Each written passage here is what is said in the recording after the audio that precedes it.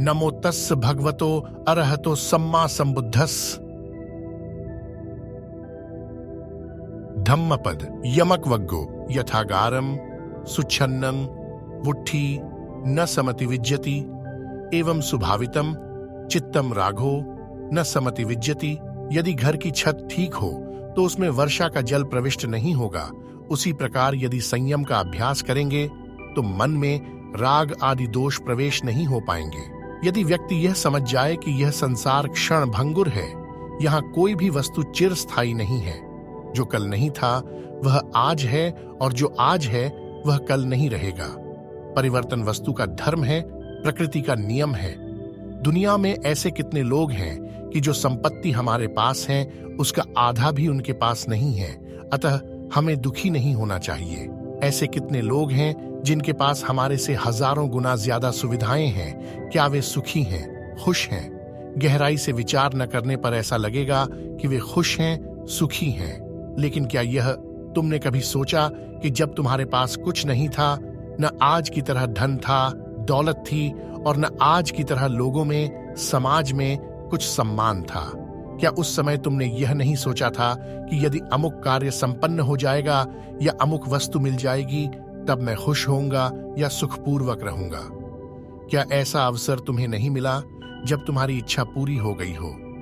बचपन से एक नहीं अनेकों इच्छाएं पूर्ण हो चुकी होंगी। जिस दिन जो चिर प्रतीक्षित इच्छा पूरी हुई, शायद एक दिन भी तुम खुश हुए या नहीं, मैं नहीं कह सकता, लेकिन फिर वही नई चाह शुरू हो गई। अगर वह मिल जाए तो दूसरी वस्तु की प्राप्ति के लिए व्यक्ति तैयारी शुरू कर देता है।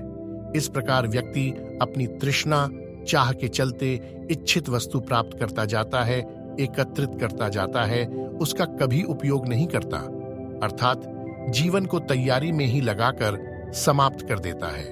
व्यापारी धन एकत्रित करता है, अध्ययन करने वाला ज्ञान का संचय करता रहता है और कुछ लोग यश जुटाने में लगे रहते हैं, लेकिन कभी उसका परोपकार में प्रयोग करने का प्रयास नहीं करते।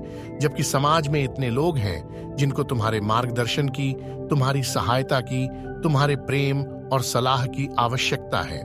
कभी कभी तब आश्चर्य होता है जब किसी करोड़पति व्यक्ति ने गरीब जनता का करोड़ों रुपयों का घपला कर दिया, जैसे आए दिन सुनने को मिलते हैं। इस प्रकार की प्रवृत्ति मानव जाति में क्यों उत्पन्न होती है?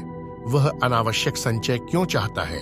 जब मर जाता है तो चूहे की तरह एकत्रित वस्तुओं के ऊपर बेखबर मरा पड़ा सा होता है। ऐसा क्यों? ईमानदारी से आत्म संतुष्ट होकर अपनी औकात के अनुसार शांतिमय जीवन जीना क्यों नहीं पसंद करता?